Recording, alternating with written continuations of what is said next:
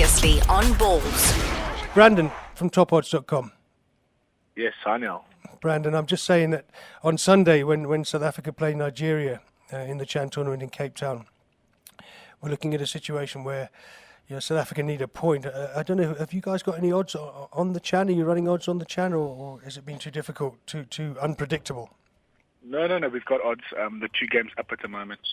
I think it's the Zimbabwe games. They're playing Uganda, but the odds for Sunday are not up yet. Everyone's come about and said, what was Egerson doing in this game? He should have gone for the win. And when was the last time South Africa had 4 comfortable points after 2 games in any tournament? You know what I'm saying? I mean, give the guy a bit of a chance. These home-based players, homegrown talent. And I think he's done very well. I think South Africa, any side in the past with any other manager might have got a hiding against that Mali side. I mean, they're a very good team. And, I mean, we held our own. I mean, we did go up in the game. And, you are entitled to draw matches in big tournaments like this. Or maybe it's not a big tournament, but, I mean, for South Africa, any tournament's a big tournament at the moment. Yeah, mate. When we won our opening game, I made the point, and I think Gordon did as well, that if you win your opening game in a 4-team group where the top 2 get through, you've got a 70% chance of qualifying no matter what happens next. And also in the World Cup and in AFCON, we drew our opening games and put ourselves under immediate pressure. So to beat Mozambique quite comprehensively, get a draw against Mali, a very good Mali side, I think it'll be enough. I think this Nigeria side aren't the best. They've only got 5 from their AFCON winning team. A couple of youngsters. Goalkeeper looked a bit ropey to me. Their best youngster, their under-17 youngster, apparently, I'm told, he's off in Manchester, signing a deal with Manchester City, so he pulled out of Chan as well. So, in a way, it's fine. It's fine. It's not a disaster, as I was saying last night.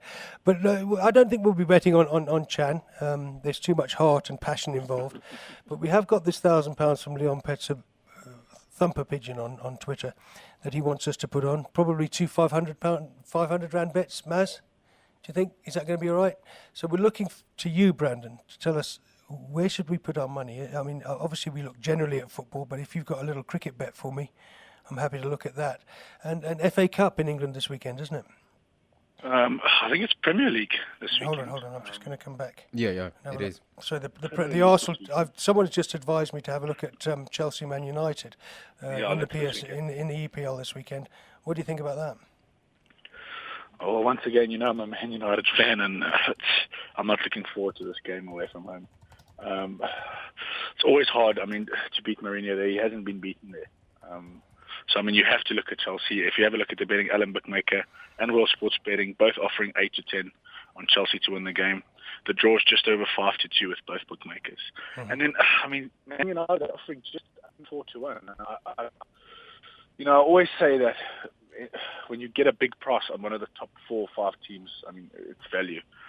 But this time, and I'm a Man United fan, I think Chelsea will win. Yeah, no, I mean, it's been a very, very difficult baptism for David Moyes. There's talk of all kinds of buying going on, in the transfer window for Man United. But essentially, Chelsea, again, a lot of depth. Jose Mourinho's given them that kind of backbone. He's a bloke that often goes for a draw when you think he's going to go for a win. But he generally gets the results, and he's kept them up there, hasn't he? I can't see anything other than Manchester City, Chelsea, Arsenal, top 3. But then I'm an Arsenal fan. Maybe I'm wrong.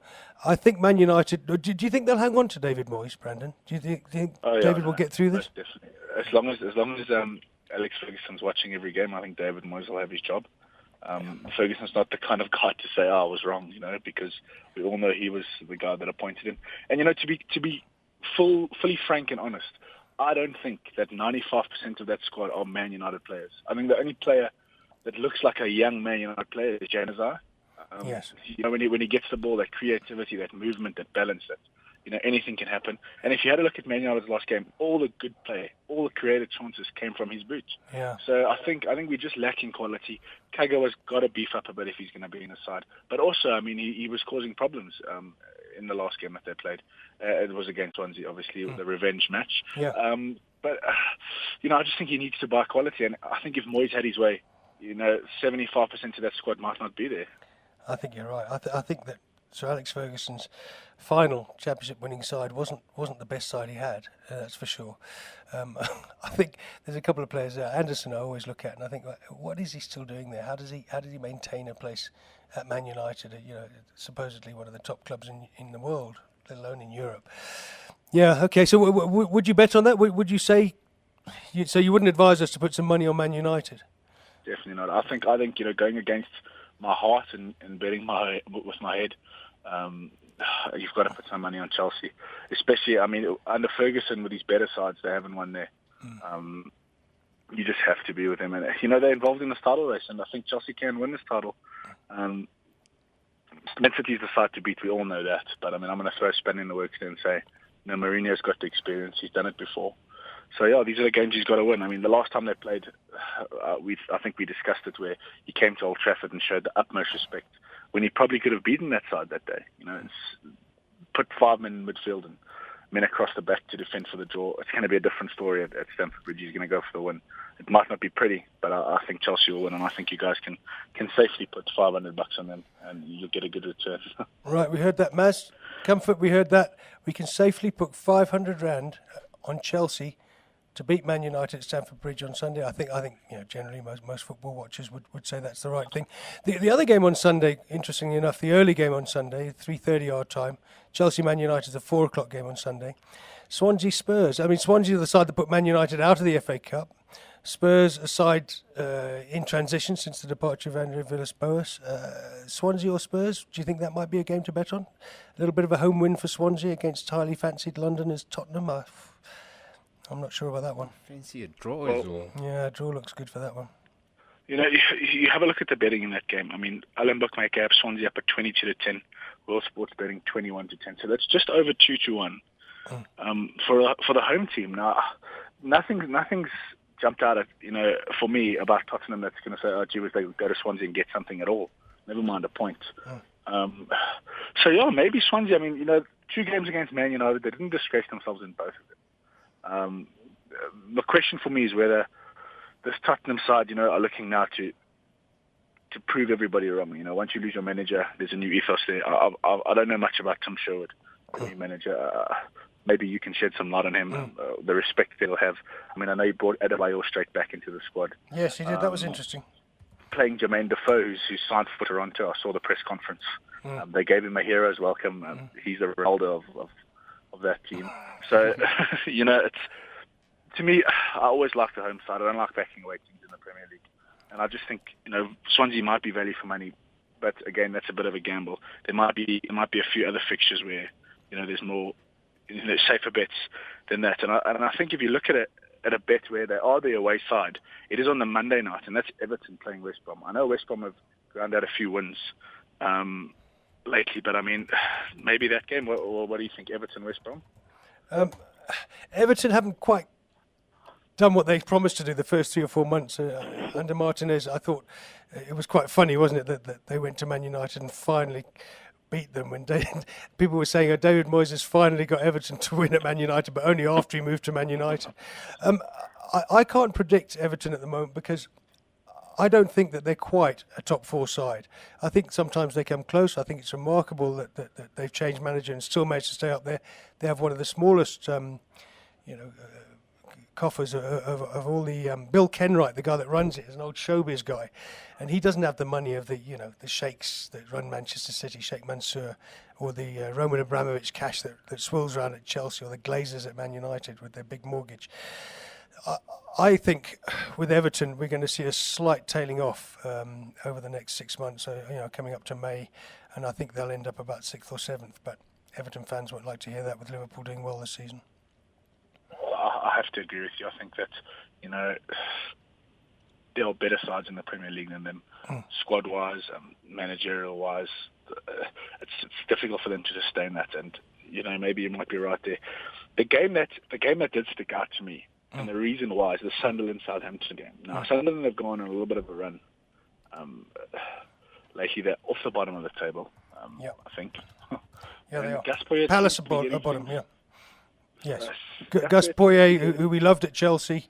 I think if you live here, you have to understand Gus Poyet was one of those Uruguayans. I mean, we don't normally like Uruguayans in football, but Gus Poyet wasn't one of them. He was a guy that we all liked, and he was doing all kinds of things down at Brighton for a while.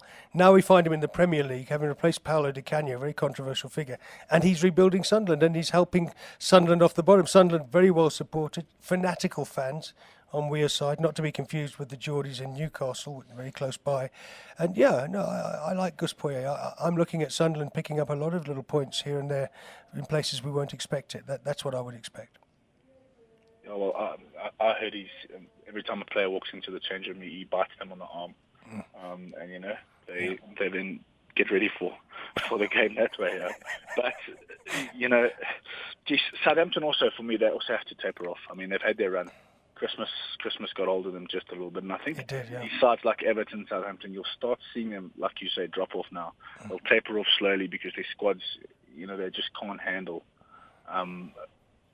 all the fixtures with FA Cup, and I mean Southampton through now to the fourth round. They've got that at the back of their mind. There's a lot going on. So maybe Sunderland there in the fight for the death, might just be a little bit of value, but once again, it's nothing set in stone. No, listen, I quite like that idea. If Sunderland were to win, okay, they popped off the bottom last week. Crystal Palace are now at the bottom, and they're not. Poor old Kagiso Dikachwa, the South African, I don't think he played last week, but it's a hard place to be at Crystal Palace. Not a fashionable part of London, no underground trains. They don't get the crowds, they don't get the backing and the support that the other London clubs get. Palace now bottom, level with Sunderland on 17 points. But if Sunderland were to win and the teams around them lose, particularly Fulham and Arsenal, Fulham have been having a dreadful time lately. West Ham a bit up and down, Cardiff, the struggle. If Sunderland were to win, they could pop up to something like 14th place. You could tuck in underneath West Brom, and we could see a situation where Gus Poyet has led them to safety in a matter of weeks. So I think Sunderland might be quite a good bet. I'm thinking about making that my second bet. Sunderland to win at Southampton be quite good odds, and I think that might be a bet that I might be quite keen on. I always like to back a side that's fighting for their life, and they've got to look at the Southampton fixture and say, if it's a game we're going to get 3 points at home, I mean, this is definitely one of them. It's a little bit of value, I think. You can't take the Man Cities and the Liverpools playing at home at 2-10 and 3-10. The return's just not good enough. So you need to look for this little bit of value.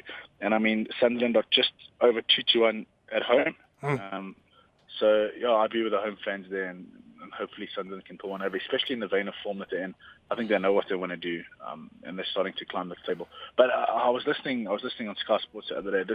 This has to be one of the closest relegation battles, if you can call it that, so early in the season.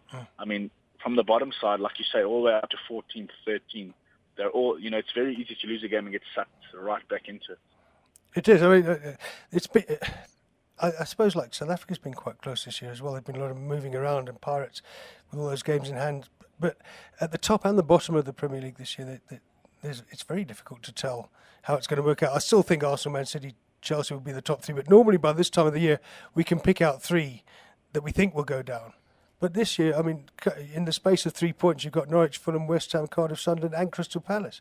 And West Brom, Swansea aren't out of it. Stoke, I don't think, are a great side, even under Mark Hughes. Villa didn't look very good last week. That's right up to 11th.